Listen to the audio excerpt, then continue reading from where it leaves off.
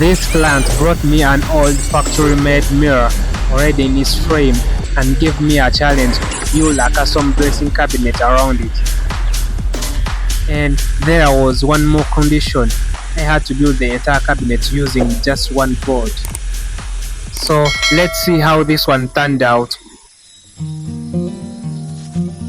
I started by breaking down the boards into all the pieces I needed for the cabinet.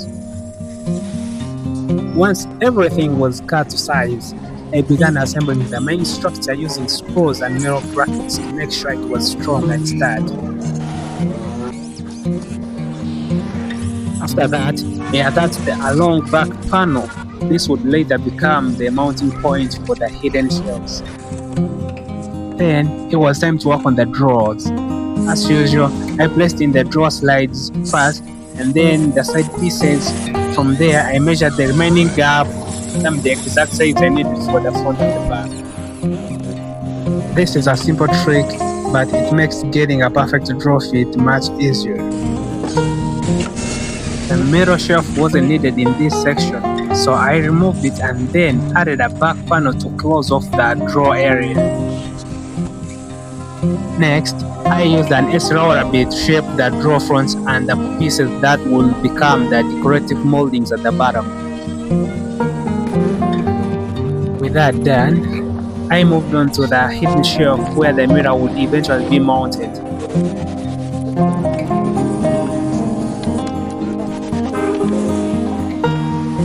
Before going any further, I sanded all the exposed edges smooth.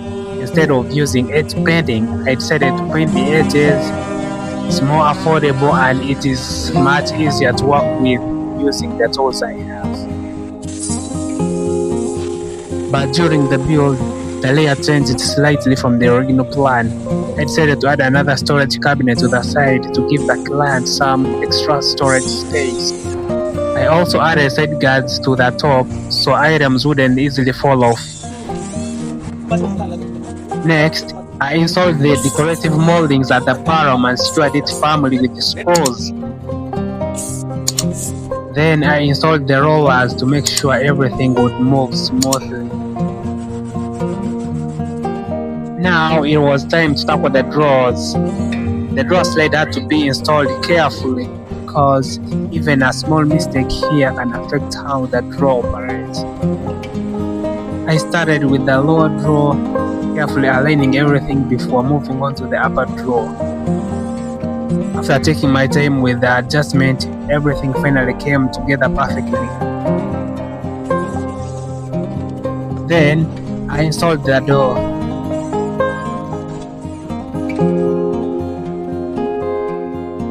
But there was still one major challenge left. I needed to attach the slides mechanism to the back of the mirror. I sewed two wooden support pieces to the top and the bottom of the mirror using silicone.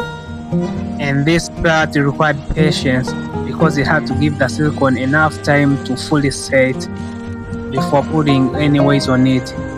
Once it had set properly, I attached the slides to the mirror and mounted the mirror onto the hidden shelves.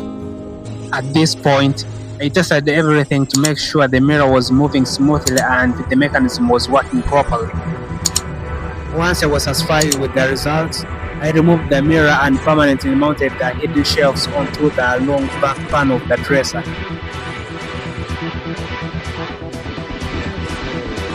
After putting everything back together, the transformation was finally complete. And just like that, an old factory-made mirror became a complete custom dressing mirror with storage, drawers, and hidden sliding mechanism. What started with one board and an old mirror turned into something completely new. And honestly, I'm really happy with how this one turned out. And if you enjoyed this build, don't forget to like, subscribe, and join me for more creative woodworking projects.